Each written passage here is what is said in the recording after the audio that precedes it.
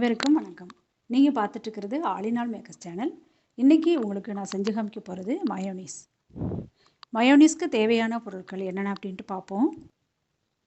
முட்டை 2 முட்டை எடுத்துகிட்டு அதோட வெள்ளைக்கரு மட்டும் நான் எடுத்து வச்சுருக்கேன். கடலெண்ணெய் 1/2 கப் அளவு எடுத்திருக்கேன். ஜீனி 3 சிட்டிகை அளவுக்கு போட்டுக்கலாம்.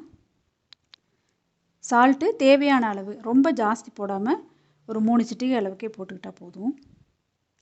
பூண்டு 1 பல் எடுத்திருக்கேன். இந்த மாதிரி சின்ன சின்னதாக கட் பண்ணி எடுத்துக்கணும். லெமன் ஜூஸ் 1 டீஸ்பூன் எடுத்துக்கணும். மயோனீஸ் எப்படி பண்ணலான்னு பார்ப்போம் வாங்க. ஒரு மிக்ஸி ஜார் எடுத்திருக்கேன். அதில் ஃபஸ்ட்டு நம்ம வெள்ளைக்கருவை போட்டுக்கலாம்.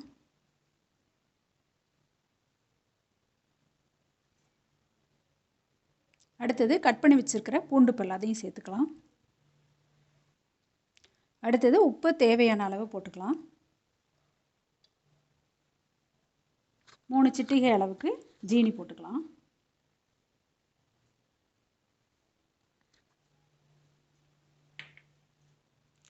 ஒரு டீஸ்பூன் லெமன் ஜூஸ் ஊற்றிக்கலாம்.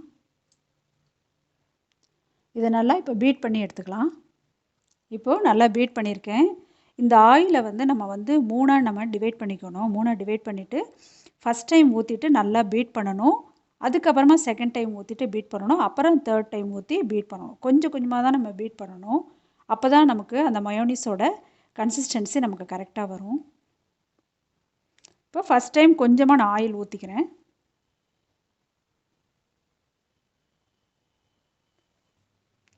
ஆயில் நான் 2 தடவை விட்டுட்டு இந்த மாதிரி பீட் பண்ணியிருக்கேன். இப்போ இந்த கன்சிஸ்டன்சி வந்திருக்கு. அடுத்தது நான் 3ஆவது தடவையும் ஆயில் இப்போ சேர்க்குறேன்.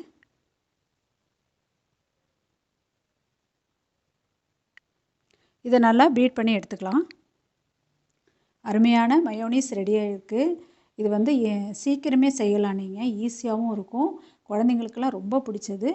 இதே மாதிரி நீங்களும் செஞ்சு பார்த்துட்டு எப்படி இருக்குன்ட்டு கமெண்ட் பாக்ஸில் போய்ட்டு உங்களோட ஒப்பீனியனை என்னோட ஷேர் பண்ணிக்கோங்க.